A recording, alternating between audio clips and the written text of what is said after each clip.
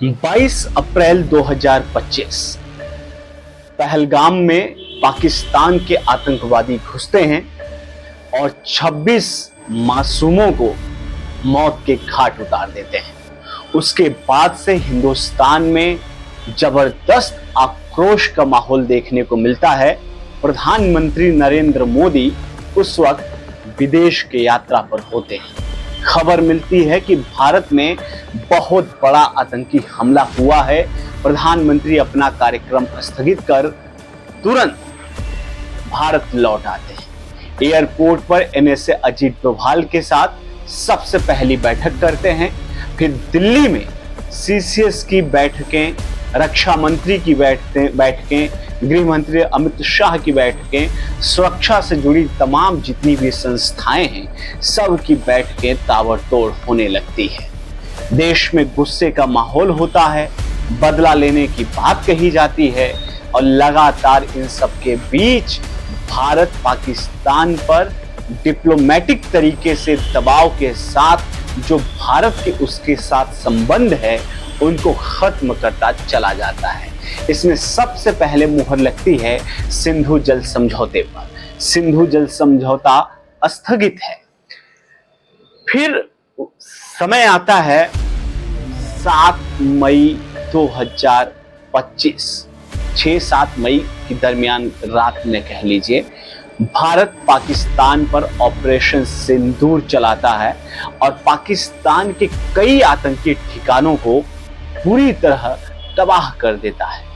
खैबर पख्तूनख्वा से लेकर पीओके से लेकर और मुरूदके से लेकर सुभान अल्लाह जो भी जैश मोहम्मद का हेडक्वार्टर है और हाफिज सईद के जो आतंकी ठिकाने हैं, इसके अलावा जितने भी लॉन्चिंग पैड हैं, सबको भारत अपने ऑपरेशन सिंदूर में खत्म कर देता है, तबाह कर देता है।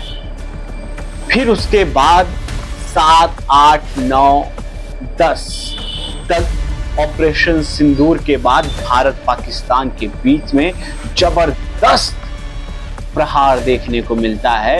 ये 65, 71 और 99 इन तीनों युद्धों से अलग आज के आधुनिक युग के अनुसार लड़ा गया एक 4 दिवसीय युद्ध कह सकते हैं, जिसमें पाकिस्तान के अंदर घुसकर भारतीय सेना ने कई उनके एयरपोर्ट्स को, कई उनके लॉन्चिंग पैड्स को, कई उनके एयर डिफेंस सिस्टम को और एयरपोर्ट्स को तबाह कर दिया। भारत ने सिविलियन को टारगेट नहीं किया, उनके सिर्फ सैन्य ठिकानों को टारगेट किया।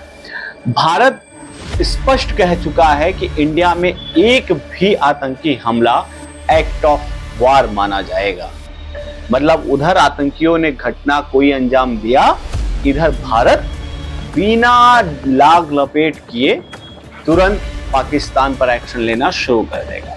लेकिन अभी जो चल रहा है, वर्तमान की जो स्थिति है, हम उससे आपको रूबरू कराने वाले हैं। नमस्कार, मैं हूं नीरज अमरनाथ अग्रहरी।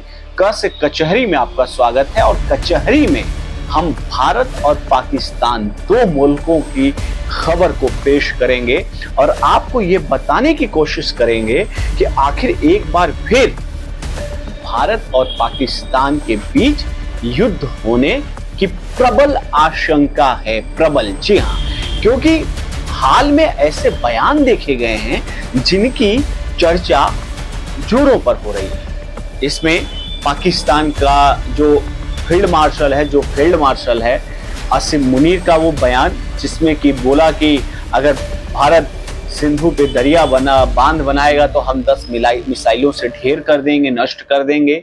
फिर बिलावल भुट्टो ने कहा कि पाकिस्तान का पानी अगर रोका तो युद्ध होगा और शहबाज शरीफ प्रधानमंत्री ने कहा कि अगर एक बूंद भी दुश्मन ने रोका तो उसको अंजाम भुगतना होगा। और इन सब के बीच, इन तीनों बयानों से पहले भारत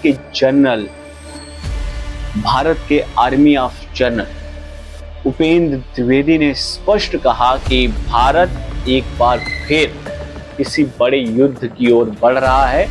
आने वाले दिनों में एक बड़ी युद्ध देखने को मिल सकती है। और इस सब के बीच भारत के बयानबाज, माफ करिएगा, भारत के अंदर के जो नेता हैं वो भी खुल करके पाकिस्तान की क्लास लगा रहे हैं। उधर पाकिस्तान से भी बातचीत इस तरीके की सामने आ रही है।